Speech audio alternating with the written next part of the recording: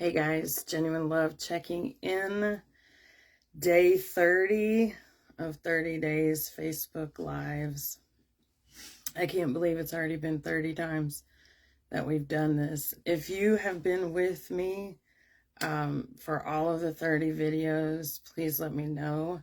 I want to offer you a special prize.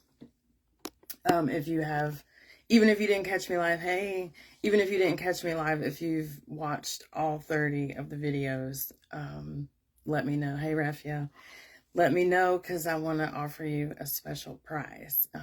So today I wanted to share about a topic that is, depending on where it comes from, can seem controversial, whatever, but this is just near and dear to my heart. And if you've been following me for any length of time, you have seen certain stories and things that I've wrote that will tell you about that.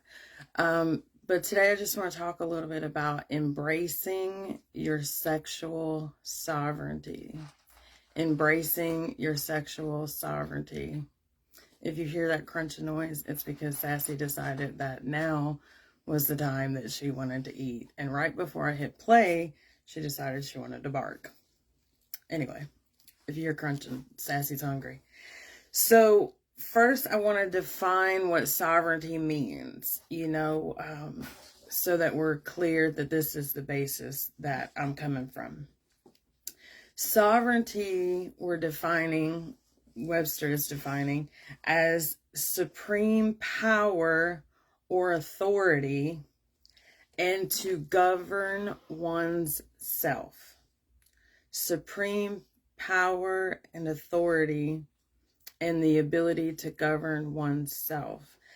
And wow, when you put sexual in front of sovereignty and you combine those together, because chances are, if you're, sorry, I just hit the camera. Chances are, if you're anywhere on the planet at some point in time, you have received faulty teachings about what sexuality is supposed to look like, what it's supposed to be like, and we all have a certain amount of sexual trauma, period. Whether you were ever violated sexually or not, we all have a certain amount of sexual trauma that we have to move through because we've been subjected, now she's thirsty, we've been subjected to a lot of teachings and different belief systems, right? So some of the ways that things have affected our sovereignty, because you were born with sovereignty, you were born with the ability to pick what is right for you. Like, that is your God-given birthright, is to choose what's right for you sexually. And things that talked us out of that, or that proved to us or showed to us that it wasn't indeed our ability to pick what was best for us.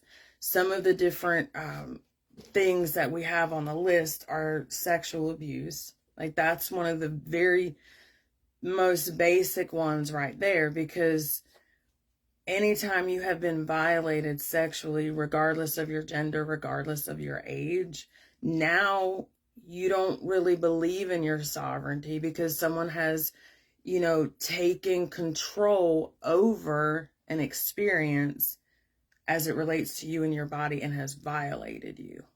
So it tells you, I don't have supreme authority over my sexuality right here because this person just violated me. This person just, robbed me of my innocence, or whatever the case is, right?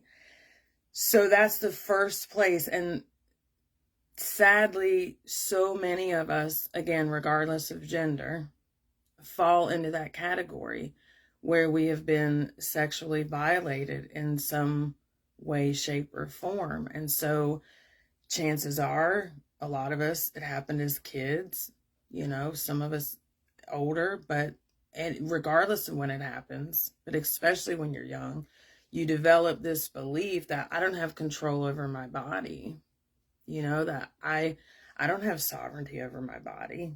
You know, people can violate me, people can hurt me. So that's the first place that we tend to lose the belief that we have our own sovereignty over our sexuality. Another place it shows up for a lot of people is our parents and our caregivers. Like, what were their views on sex? Did they talk to us about sex? Were they open about sex? Were they very rigid and cold and didn't want to talk about it, and you had to get all your information in the streets? Like, what were your caregivers, your parents, what were their views on sex? And then there could be just the opposite too. That's just like, oh, free for all, just, you know, have at it. You know, so again, it's a balance, but a lot of us had that because parents didn't really know how to talk to us because they've been traumatized too, indoctrinated. So the easiest thing to do was just avoid it altogether. I just don't want you to have sex. I just it's bad, it's dirty, it's wrong, don't do it. And we all know that didn't work, right? They'd have been better off just talking to us very open and candidly, but that's neither here nor there for this video. So if you experience that, that's another way that you started your sexual sovereignty started disintegrating, because you're like, oh, well, I can displease people if I do this, and I don't really have the ability to choice because, you know, to choose what's best for me, because my mother or my father or my, you know, caregiver is telling me not to do this thing, or is making me feel like this thing is bad, this thing being sex, obviously. Another way that we start to lose our sexual sovereignty is in religion, because we're taught so many different things. And the main thing being, you know, for the majority of us is you better not have sex until you're married. Like, anything else is fornication, you know, abomination in the eyes of God. And I mean, who wants to piss God off? You know what I mean? So it puts this guilty mindset in, and it teaches you that God has sovereignty over your sexuality, that you don't have sovereignty over your own sexuality, that you have to do what God says as it relates to your sex. And what is right for you is right with God. You're not violating people, you're not abusing people. If it's consensual, it's spiritual. You know what I mean? So another way that we start eroding at our sovereignty as it relates to sexuality is if we have a sexual encounter, and then there's some kind of, you know, heartbreak, shame, guilt after that. You know, we start, hey Matthew, we start feeling like sex is bad, sex is gonna hurt me. People get hurt when they have sex. Hey Joyce. And it's just like a faulty belief. But when you combine, like, if you just so happen to have, you know, several of these on the list, you can see, which me, I'll just be very vulnerable and transparent. That's my style. All of these on the list, I've experienced all of them on the list. And it took me years of self-healing and inner work to move through that sexual trauma, to become a person who's very, you know, in touch with my sexuality, very comfortable with my sexuality. You know, I went from a person who could, like, literally, as soon as I would have an orgasm, I would feel guilty immediately after. Shut the show down, we're done. I would hide and be shameful and feel really, really shitty about myself, because I had so much guilt. Hey Wes, I had so much guilt and shame around my sexuality and around feeling pleasure sexually, you know? And like I said, I had to do a lot, and I'm still, it's not like, you know, it's, the things lessen over time, but every now and then stuff still comes up for me, and I'm like, oh crap. But I will just tell you a few different ways, like, because this is a big it's a big topic and there's a lot of layers here. And so we can't dissect it all in a 10-minute Facebook Live, but I just want to open dialogue, and I want to share with you some of the tools that helped me to move through the sexual trauma and the shame and the guilt so that I could reclaim my own sexual sovereignty. Okay, so the first thing on the list, we got to meditate. I always recommend meditation for everything. It's like the equivalent of coconut oil for everything. Meditation, because it helps you get back to your truest nature. It helps bring you out of your mind and into your body. And sex is not done with the mind, it's done with the body. And I'm not saying you can't get turned on mentally. That's not what I'm saying. But you understand, we have to get back in touch with our body in order to fully reclaim our sexual sovereignty. We have to get back in touch with our body. And meditation helps do that, coupled with breath work. Becoming aware of your breath, breathing. Hey, Terry, breathing. There's a book, I'm looking at it over there on my bookshelf, but I can pin it in the comments on breath work. You can find breath work videos. You can find, depending on where you're at, breath work circles, but you can do it in the comfort of your own home. Breath work, getting you back in touch with your body so that you can feel the sacredness of your body, the sacredness of your sensuality. It's not bad and dirty and wrong. This is the way God created us. We're very sensual beings, period. So we get to move through this, right? And we're doing it together. We're doing it together. So another thing is affirmations. Now, if you've been watching me for a little bit of time, you might have seen that I've created some affirmations on a few different topics, but this one is the latest one that I talked about. And they're just affirmations that I wrote and just repeated to myself over and over and over, like in combination with the other things that I'm mentioning here in this video. But I did include these affirmations and I recorded them. You could listen to them on any of your streaming platform, free. Just have a listen and see, what that does for you. But affirmations, because we want to remind ourselves of the truth. The truth is sex is beautiful. Our sexuality is sacred. Sex is a sacred union. It's a sacred act. It's not dirty, bad, or wrong when done properly, right? So that's the other thing. Another way to reclaim your sexual sovereignty is give yourself permission to explore. Right? Again, without saying everything is consensual, we're not, doing anything inappropriate. That should go without saying, but I just feel like somebody will say something. So, but everything consensual, but explore. Like if you're curious about something sexually, give yourself permission to explore it, whether you read about it, whether you just journal about it, or whether you outright, have some kind of consensual sexual experience with somebody. Allow yourself to just get curious outside of what you've been taught is normal, outside of what you've been taught you're supposed to be or supposed to do, or how you're supposed to show up as a man or as a woman.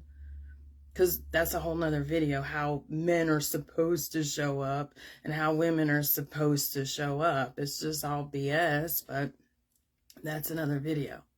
But you can reclaim your sexual sovereignty. Remember, it's the sovereignty, the ability to govern oneself, to have authority over oneself. So nobody can tell you what is right for you, period. Nobody can tell you what is right for you, right? So allow yourself to explore, get curious, take the judgment out of it. So that's the next thing. Try to have some lighthearted fun with it, let's not make it this big, scary, taboo, shameful, guilty pleasure type thing. Let's really embrace it for what it is, which is freaking amazing. Do you realize that sexual energy is literally life force energy. Literally. So anytime we're cutting that off, stifling that, shaming that, feeling guilty about that, we're literally putting like a kink in a hose, cutting off the flow of life, because we have shame and guilt around our very life force. So allow yourself, and again, ask your guides and angels for help with this, because they're just like chomping at the bit to help us with everything. We just get to ask, you know? And sometimes it might feel embarrassing to reach out to me or to reach out to, you know, another mentor, because maybe you're not ready to verbalize it, and that's okay. But you can always talk to your angels, and you can always say, you know what, I would like some help with this. Right? Ask your guides and angels how you can look at this in a lighthearted and fun way. You know, how can you be curious and not judgmental? How can you be playful and not fearful? Because I guarantee you there are ways to do that. And in being in this energetic space, we really do open up to all of life. We think it's about sex and sexuality, but it's really about our life force energy. And when you can look at it as something that is sacred and pure and beautiful, it helps you to let go of any guilt and shame and judgment, you know, that you have encountered as a result of some of these things. So, just wanted to share that. That's my thought for today. And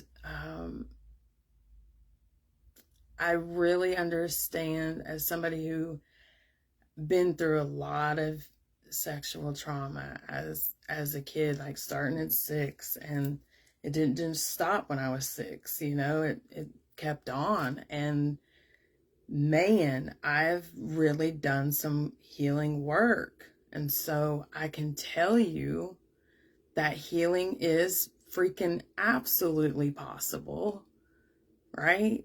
You just get to be brave and trust and surrender and know that there's nothing wrong with you. There's nothing wrong with you. There are always going to be things that we're moving through, that we're growing through, but there's nothing wrong with you. And a lot of the experiences that we've had cause very, very real responses that make sense. Like the shit that we're dealing with, like me feeling guilty every time I had an orgasm, you know, like it made sense because of, you know, how I was introduced to sex, you know. And I'm not going to go all into that in this video, but stories, guys, that, wow, you know, 6-year-old should have to encounter, right? And I made up what I believed that meant in my head at 6 years old, and I carried that for years and years and years, right? And so we're in a new place now energetically, all of us. We're all in a new place energetically, and this place is asking us to fully embrace the life force energy that flows within us. And that includes our sexuality. Our sexuality is sacred and it's beautiful. And we are the sovereign ones who get to govern what we do with our bodies, how we enjoy pleasure. We get to be the ones that pick what's best for us. And I just want to give you permission to do that. If nobody in your life has ever given you permission to get in touch with your own heart and soul as it relates to your sexuality, I'm giving you that permission now. Okay? You are allowed to fully embrace your own sexual sovereignty. Okay, guys. I love y'all so, so much. I hope you enjoyed this video and the 30 days with me. Again, if you've caught all the videos, even if they weren't live, let me know. It won't be my last Facebook Live. You know I'll come live again. I just don't know if it'll be consecutive every single day. But I do have some things that I have been creating, and I'm about to share them with you in the collective, because it's time. Like I've spent time trying to hide and like, I don't want to do that, you know. I'm not ready, and all these things that we do, but apparently I'm ready, and so are you. So look forward to sharing the things that I've created with you guys real soon. Again, let me know if you caught all 30 of the videos. I want to offer you a special prize. Okay, I love y'all so, so, so very much. Thank you for being here. Thank you for receiving me and supporting me and holding me in such beautiful energy. Love y'all. Namaste.